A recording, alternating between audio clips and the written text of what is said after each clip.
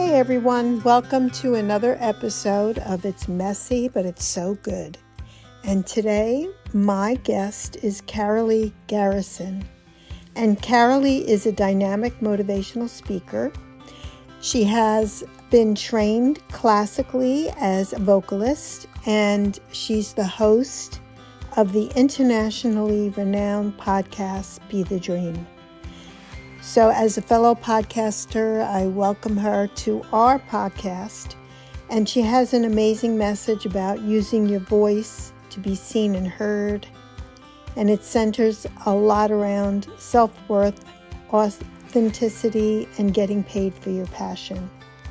She also teaches in the theater department at Brigham Young University, and she was just a ball full of creative energy, and it was a delight speaking with her. I know that you're going to enjoy the show. Hey everyone, welcome to another episode of It's Messy, but It's So Good. And today, my beautiful guest is Karaleigh Garrison. And am I pronouncing your name correctly? Yep, you are. You got it. Yeah. And I met Karaleigh through a course that we both attended through Kathy Heller, who is an incredible podcaster and coach. And Karaleigh is a dynamic motivational speaker. She also is classically trained vocalist and the host of the internationally renowned podcast, Be the Dream.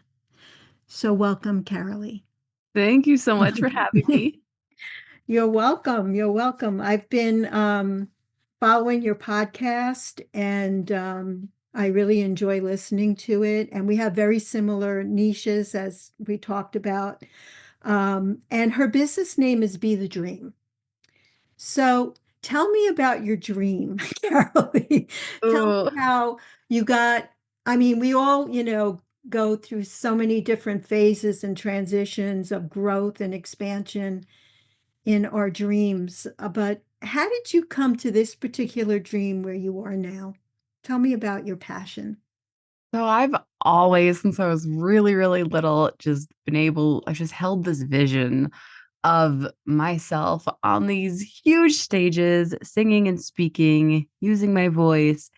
And for just the longest time, which is most of my life, I didn't think it was possible. I didn't think I was good enough. I thought that I was too fat. I thought no one would ever want to see me. And then I got married and had kids, and they all have special needs. And I thought, this is impossible. I can't even leave my house. How am I ever supposed to make this dream happen? There's no way.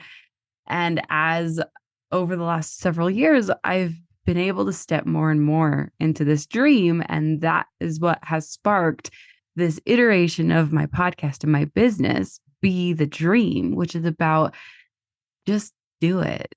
Like, stop holding yourself back. Realize the power that you have to change your own life. It might not look the way that, you thought it had to look. It might look a little different, but you have power in your own life to be the thing that you want to be. So start being it right now. Yeah. And as you were going through each growth phase, of like, let's say putting your being that you're a vocalist, like you've probably performed in front of people many times, which helps. But the first time you were about to press push and launch out to Apple or wherever your podcast, what practices or what things did you go through that helped you? What support, to really kind of even get to that point? So I actually teach stage fright, like overcoming stage fright right now. So I love talking about all of those nerves and how to step through that. And when I first started my podcast, it was really about like, just do it messy. And there's a big difference between recording something in a room by yourself and hitting publish versus even doing a Facebook Live and you get tongue-tied and you're like, oh, I'm on the spot. It all has to come out right. versus like when you're doing your podcast and you're like, well, I can edit it all and it has to be perfect. So when I first did my podcast, I spent hours and hours and hours over editing every single thing. Mm. I had no breaths. If you go back and you listen to my first episode of my show back like hundreds of episodes ago, there's no breaths. It's 1 hour long run on sentence and it's awful. It's so bad. Mm. And it's my most listened to episode. And I'm like, oh, I cringe because it's, well, there's no ums, there's no breath. I'm not a human anymore. I've turned myself into a robot for that episode. But there's a difference between the Facebook Live when you're on the spot and you just have to be you versus a podcast recording where you have the ability to edit versus standing on a stage or even just in front of somebody and speaking because you have this physicality of having to be present and read their facial expressions and exist as a human in front of other people. So there's different like levels and layers to what you have to experience in your own body and how you have to calm your nervous system in different ways and what you go through when you're allowing something to be released into the world. So the podcast is kind of a different ball game. And it's its own little niche bubble because it allows you to take it back and to perfect it. Right. Kind of like a social media image when you're like, okay, let me tweak and tuck and change my hair color and change my eye color and change my skin tone and let me, nip and tuck and make it all as perfect as possible before I air it. And for the first like 6 months of my podcast, I did that for every episode until I burnt out. Wow. And then I stopped airing my show for another 6 months because I couldn't do it anymore. I had 3 kids with special needs and I just couldn't put that much time and effort into it. It took over my life and my kids got out of school for the summer and I couldn't keep recording all these episodes and spending hours over editing myself and hating my voice and hating how many times I said and if and but and breathing. If you hate the way you breathe and that you do breathe, you're not going to last very long in a podcasting world. You have to learn to love the way you speak and who you are. And now I edit almost none of my show. Yeah. I edit nothing really. Like the vast majority of episodes are start to finish just aired. I mean, I add in like an intro separately and I'll do a reel and I'll cut some things together for a cute thing at the beginning, but the actual episode is just aired. Unless there's some thing where like, oh, I have to step out and go to the bathroom or my kid interrupted or like something wild happens, but that's not very Like often. my dog was just barking, so that will be it. Couldn't even hear it. And Yeah. I have taught podcasting for years. And what I teach is even the dog barking, even like the trash truck will come every so often. And like you can't control these things, but it helps your audience see that you're a real person. You are a human being who is relatable, who has real things happening in their life. And how often when you're listening to podcasts, do you think, oh, wait, was that my trash truck? Oh, wait, was that my dog barking? Or do you go, oh, that's just terrible audio. That's just terrible editing. Yeah. When someone Connect with the talks, person for sure. Yeah. It's irrelevant. And it's funny because when I first took a podcasting class, that message really, really was brought home to me in the beginning. So I guess I saved myself from going through all that perfectionism. And that's why I even named this podcast, It's Messy, but It's So Good, because just do it. Do it imperfected. See, I can't even say it the right way. Imperfectly, do it imperfectly, and then just, see how it goes, little by little. And I agree that I do edit out certain things that might be like super distracting, but ums and all of that. It's like, no, that's perfectly fine. So I did save myself a lot of that because I was taught that very much. Yeah, we do our best. Yeah. because we're human and we have to allow ourselves to show up as human beings, as imperfect, as flawed, because it helps us be more relatable. And don't we love seeing that? Doesn't it help us feel better when we see somebody else that we look up to? Like, it helps us to feel better about ourselves when we're like, oh, they have wrinkles. Yes, so do I. Oh, I love it. Oh, every so often, like they have a sore throat and they let it, like they showed up anyway. Great. Sometimes I get sick too. Like, oh, their trash truck drove by. I have trash trucks. I'm like, what? We're just people here doing the thing, living the life. I once saw somebody with her little kid, and he walked in the middle of her big presentation, and she wasn't embarrassed. She wasn't upset. She was like, "Hey, son, how are you? I just love you so much. I'll see you later, okay?" And he just left, and it was like mind blowing to me that she could happily, lovingly address her son in the middle of this important presentation and not be ashamed that her child had interrupted her. And I was like, oh my gosh. I'm usually like, no, stop, go, wait, leave. Please don't interrupt me. This is important. And it takes time too. It takes some experience and, just allowing yourself to go through the ups and downs. That's a big thing. I'm just curious, like, how has podcasting actually influenced maybe your vocal, um, perspective, or using your voice in terms of, singing? Are you performing more, or is that just something that you kind of do occasionally? Do you see like how one has influenced the other? Yeah, I mean, podcasting has totally changed my life in general, like, first of all, but I do custom podcast songs for people. So I will write custom podcast songs for their introductions. And that's been really cool to be able to have this opportunity to listen to podcasters talk about what the goal of their show is and then write that into music.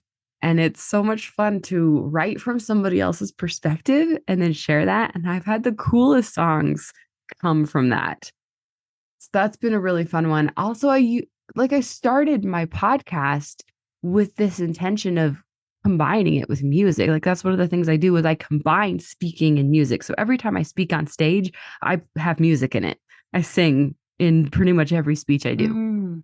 And so I use music. It goes hand in hand with my podcast pretty much always. I wrote my introduction song for my show.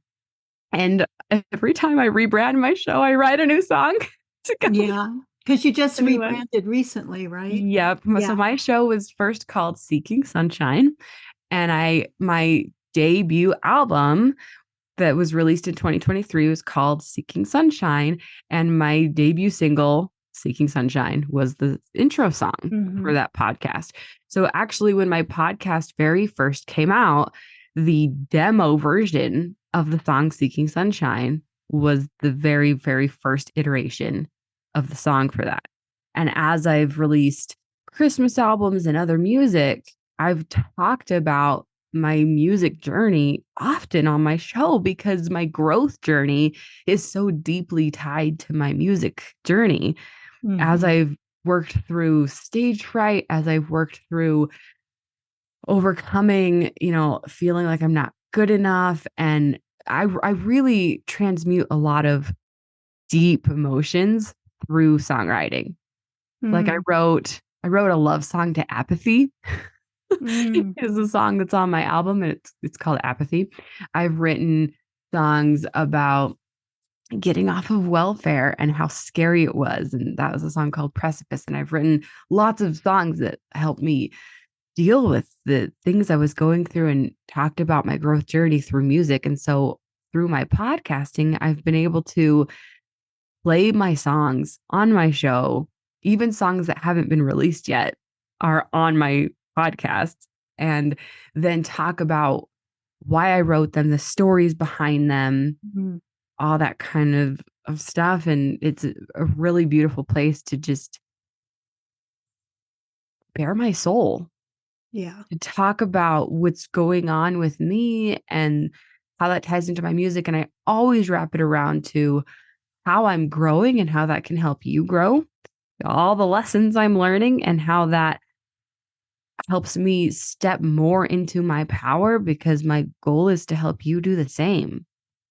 As I grow, I hope that my mistakes and my lessons will help you overcome whatever you're going through, because Or at least we open up your mind a little bit more yeah, and see you're not so isolated in your thoughts, and yeah. we all have basically the Uh-huh. same, limiting beliefs, and, self-criticisms to different degrees at different times in our lives, and Yep, and yeah. I share sometimes I'll share live speeches I've given that have music on my Mhm. show, and I'll when I'm yeah, it's really fun. I love combining music with speaking because it just adds this unique element that just brings the message home in a way that, I don't know, music touches my heart. Music Yeah.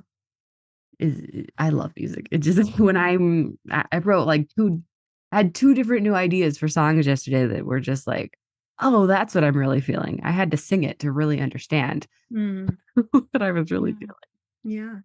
Yeah. You mentioned a little bit about the nervous system. Mhm. And what tools do you use to help with the dysregulation of the nervous system? Yeah, so I have a daily meditation practice. I meditate every single morning, no matter what. I try to do it twice. I try to have an afternoon one too. Although I'm realizing more and more that it's become more of a meditative nap, and I really need more Hmm. of a nap in the afternoon, like 20, 30-minute nap.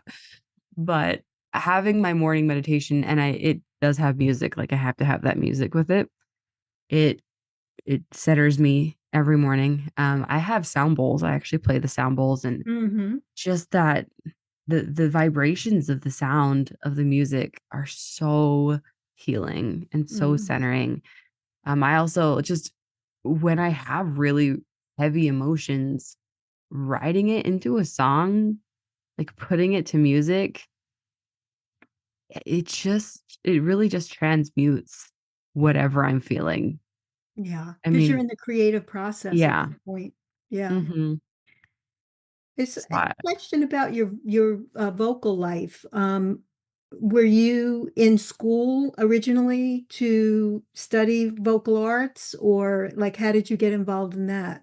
so I have a whole story. Yeah, well, here, let's So, hear it. as, I always wanted to be a singer my Mm, whole life, and as a oh, I don't know, teenager-ish. I think it was like 14. I was writing songs all the time in middle school and early high school, and I put my first song on YouTube. I had written this song. I had written the piano music for it. It's called Strong. It's still on YouTube. I won't tell you where to find it. Uh, and You I took out all the breathing, right? No, because I was 14 and I actually didn't know how to use YouTube at the time, so Mhm. somebody else posted it. So it's not on my YouTube channel. It's Oh, on a different place. So yeah. you can't even like I know how to find it, but you can't. Anyways, so little 14-year-old me had a friend post it, and I had a bunch of trolls Mm, because this was when I was 14. This was like the early 2000s. And they told me that I needed singing lessons and that I was fat. And for a um, 14-year-old, that was just utterly devastating. But I couldn't stop singing because it was such a huge integral part of me. So I totally pivoted and started singing opera because I was like, well, if I'm going mm, to be a fat girl, then I will find where fat girls belong on stage. mm, So I started singing opera and I studied opera for like 20 years. Like I was in classical voice lessons and I auditioned for the School of Music at BYU for the opera program, which they only let like a handful of people in. It's a really, really exclusive program. So I didn't get in when I was 18. And then I got married and had 3 kids and did this whole life thing. And then my husband was disabled and all 3 of my kids were diagnosed with autism. And 10 years later, came back to finish my degree, and I decided to audition again for the opera program. And I was like, this is it. This is my reason why my life's been so hard. We moved back because we had moved 3 times. I had gone to BYU at 18, auditioned, didn't get in. We moved to California, we moved to Texas, and then we moved back. And then the same month we moved back, my severely autistic 7-year-old was diagnosed with type 1 diabetes and almost died. Wow. We had this just wild journey, and I was like, okay, this is it. This is my chance. This is the reason why my life's been so crazy for the last decade as a caretaker to my husband and my 3 kids. I'm just supposed to get into the school of music. I just know it. This is everything, right? And I didn't get in. Mm. And I should tell you that they let like 3 people in. Yeah. And they contacted me after, because I made it through both auditions. Maybe even like 3, because they had like a video round. I don't know. I made it through multiple auditions, and then they contacted me and they were like, please do not give up. We were like so close. Go audition for other schools. Right. Like really, like don't give up on this. And I was so devastated that I was like, I must just be the worst singer ever. Like never gonna sing again. I didn't even respond to their email. And I'm like, they don't just like reach out to people. And I couldn't sing for months without just sobbing. Mm. I thought this was the end. I was like, well, that was proof that I should never sing again. You know, that mindset of if you don't win, you're a failure. The expectations we put right. on ourselves. So I still couldn't stop singing. Like I had this burning in my soul of like, I have to. Mm-hmm. Part of me. And I'd been trying to put out that flame for a decade because I was a mom, and I was like, I can't go tour. I can't go be on stages. I can't be in shows. And then it hit me. I had this realization. I don't even like opera. I don't like going to operas. I don't like listening to opera. I like singing it because it's impressive and fun. Mm-hmm. But I actually don't even enjoy listening to opera.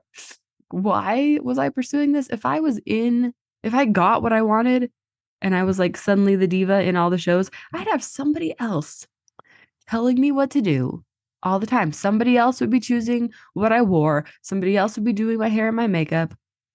Somebody else would be telling me what to say. I would hate it. And I ended up double majoring in makeup design and costume design. And my other degree was in sewing, was in clothing construction. And now I teach makeup design. And I get to make stuff, and it's really fun. Is that on your own? Like you have your own business doing that, or you teach it in? No, they hired me at BYU to teach makeup design.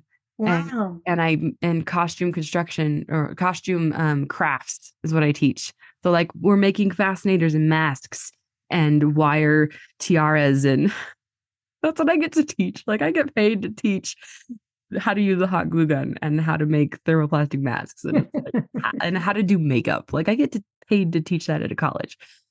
My other business is Stage Fright and speaking skills and that kind of stuff. But they reached out to me out of the blue a couple of years after I graduated and were like, we really need someone to teach this. And I was like, I don't need any of the qualifications. Like I don't have 5 years of experience. I don't have a master's degree. And they were like, okay. And they still hired me. Yeah. Anyways, I realized that I don't actually like, maybe opera wasn't, maybe even though I had dreamed about it forever, that it wasn't really the dream that was right for me after all. And I took a songwriting class, and the class itself was terrible. My professor was kind of a douche. But I realized, oh, yeah, songwriting was where I actually belonged all along. And after I graduated, I was able to take this private program called Soul Sound Academy, where I learned how to produce my own music. And I learned how really, I mean, we did a lot of meditation. We did a lot of grounding. We did a lot of undoing of all of the messages I'd received for so long about how I had to fit into somebody else's musical box. Yeah. And that program was where I wrote my album and I produced my album, and it changed my life. And then Mm. I started my podcast and produced my album, and my album came out in 2023. And now I'm working on my second album, and I've got my studio here next to me in my basement, and I'm able to record at home with my kids. Yeah. And I'm at this point now this year where I'm recording whenever I feel like it. I'm releasing music whenever I feel like it. I had several songs come out for Christmas, and I'm working on my next album. I can release singles whenever I want to. And I am Toastmasters president, so I speak regularly. I speak to schools about stage fright and loving who you are and being authentic, and how to, you know, be in front of people and not be afraid. Mm. And it's really beautiful. I teach podcasters how to do the same thing, how to show up and be all of you. And it's been incredible how my life has transformed. Yeah. And everything kind of is integrated into what it sounds like a very free, liberating way of, Yeah. really creating for Yeah. you that works for you in your lifestyle and takes all of your gifts and talents and blends Yeah. them with the soul too, Mhm. which is, obviously important to you, you know? Yeah. Well, and I really love combining my love of, I have a lot of loves, but my love of making things, my love of sewing and crafting and glitter and Mhm. makeup, and the physicality of costuming, Yeah. which is creating a whole look. It's not just the outfit, but it's also the jewelry and the headwear and the makeup. And combining that with my love of performing and putting together a whole keynote that includes music and includes just the theatrics of it, which is so much fun.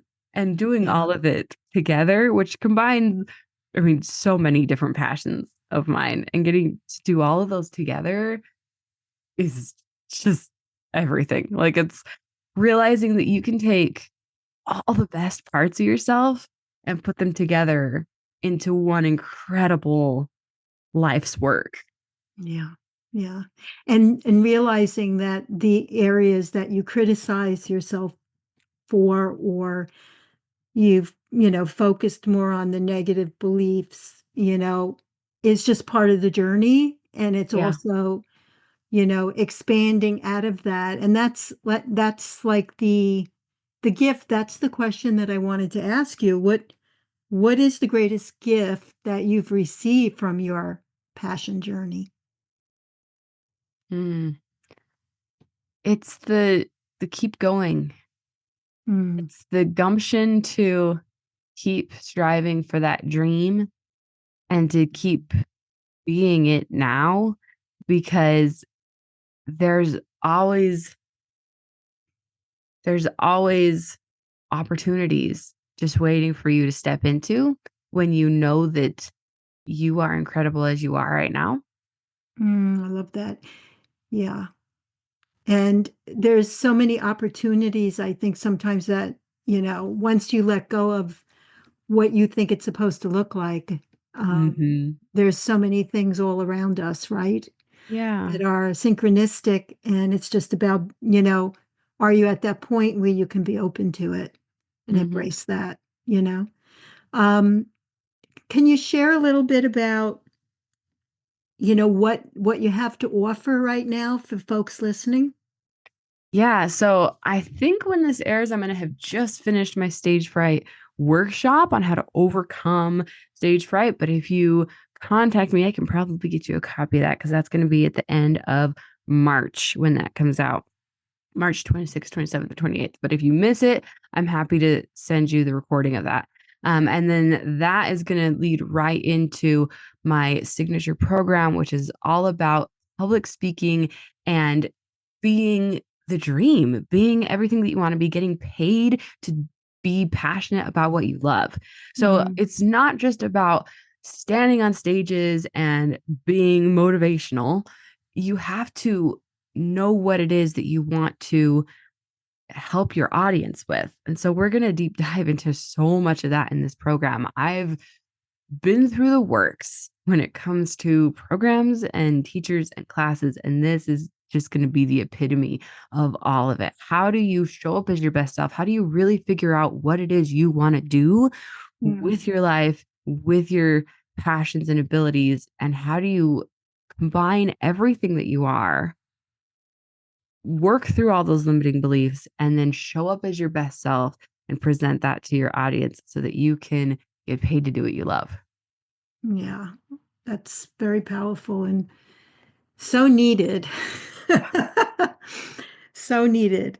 So you have a signature program paid for your passion, and then you Mhm. also have a free Jumpstart Journal, right? Yes. The Jumpstart Journal is amazing because it really helps you analyze, like, wait, where am I in this whole process of like, what do I want? Where am I going? It helps you introspectively go, where am I on that journey? Yeah, So I love that. And that's just a little freebie you can go grab and start deep diving that's if great. you up for that work, deep inner work. Yeah. And you also have a clarity call that you offer for free. It's Yeah. called Mhm. something else, right? It's just a dream call. It's like, what is your dream and how can I help you get there? It's a Hmm. 15-minute free coaching call. What is your dream? How can we, because just, if your dream is to be a singer or an author or a writer or a painter, whatever it is that you're like, my soul's calling me there, but it feels impossible Hmm. because all I've seen around me is these same cookie cutter examples of the path. Let's talk about how there's other options to get you there. Let's talk about what the steps are Hmm. to get you rolling on that journey. Let's get you some next steps and let's talk about what that could look like, and let's get you inspired to start taking some actions. Mm. So fantastic. And Thank you hopefully you so can much. see how all of these offers are really the same thing. They're, they're all just in different packages. So it depends on which one's right for you. If you want to, if you're like, I got this, I just need a little bit of a guidance, then go get that free Jumpstart Journal because that is just some questions that are going to help you do this on your own. If Hmm. you want a free one-on-one call that is going to have me guiding you to help you get there faster because I'm looking at you going, I can talk to you and help you like see your circumstances, help guide you through this, then that's going to help you even more than the Jumpstart Journal. And if you want to really, really, really niche down, get everything that I know, all the steps, which I I know a lot of things.